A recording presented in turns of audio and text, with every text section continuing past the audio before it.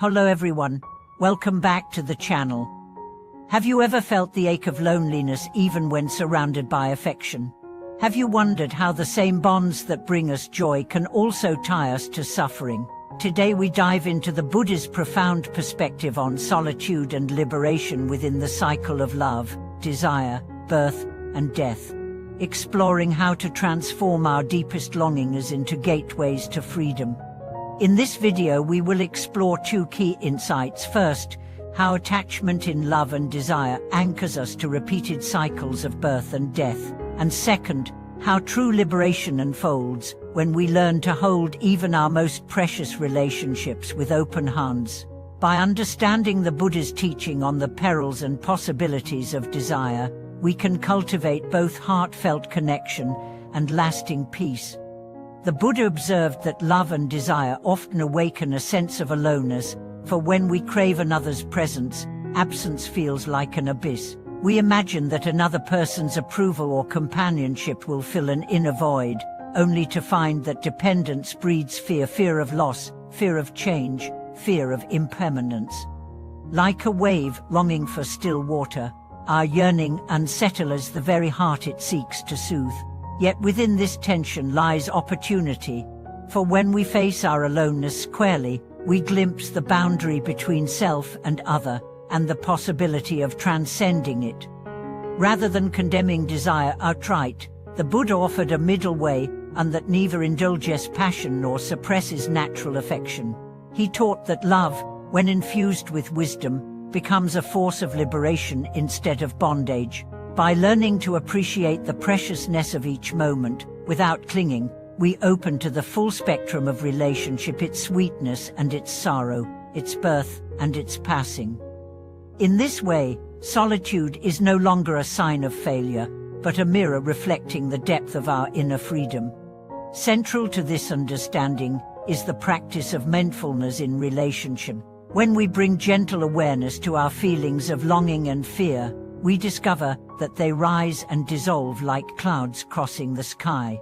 We learn to listen deeply to ourselves and others, recognizing needs without being consumed by them. In moments of intimacy, this presence allows us to love more fully. In moments of separation, it grants us the resilience to meet loss with grace. The Buddha also taught that all conditioned phenomena, including love, life, and death, are impermanent. By observing this truth directly, we awaken to the beauty of each encounter as irreplaceable and fleeting. Rather than chasing after endless renewal, we cherish the gift of now. In doing so, we loosen the grip of craving and begin to taste a different kind of fulfillment, one born not of possession, but of reverent attention to the miracle of existence itself. As we weave these teachings into daily life, we cultivate a heart that embraces both togetherness and solitude without being carried away.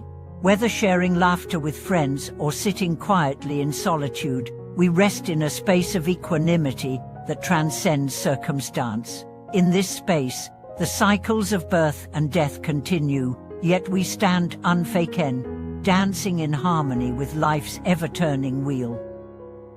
The Buddha's terse declaration, "In love and desire, we live and die alone," it points to a universal human experience. No matter how intimate our relationships, each of us must face life's pivotal moments, birth, loss, illness, and death on our own. He does not condemn love itself, rather, he reveals that the very act of clinging to another's presence creates a psychological gap, a gap that cannot be filled by any external bond. When the beloved is absent, that vacuum expands into suffering. Yet this insight carries a liberating potential. By acknowledging the reality of solitude not as a failure, but as the texture of our existence, we shift from denial to awareness. The Buddha taught that all conditioned phenomena, including love, are impermanent. Every moment of joy or sorrow rises due to causes and conditions, and inevitably passes away. Recognizing this, we learn to appreciate relationships as precious and fleeting gifts, rather than possessions to be held forever. From this vantage, desire transforms from a source of craving to a gateway for awakening. When we observe the swell and collapse of longing within our hearts, we witness the fundamental mechanics of samsara birth, attachment, suffering, release, and rebirth.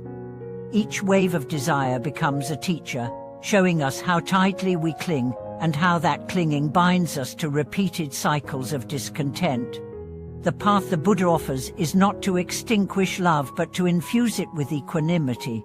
He invites us to cultivate loving kindness, metta, a devout of possessiveness, and compassion, karuna, that embraces both joy and grief.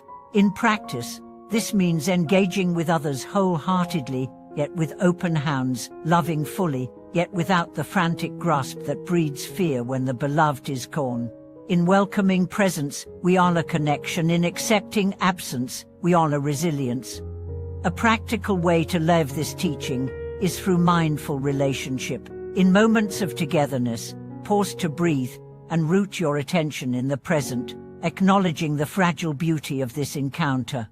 When separation or conflict arises, bring awareness to the body and mind's reaction. Notice the tightness in the chest, the surge of memories, the narrative of loss, without identifying with these sensations as a me or mine.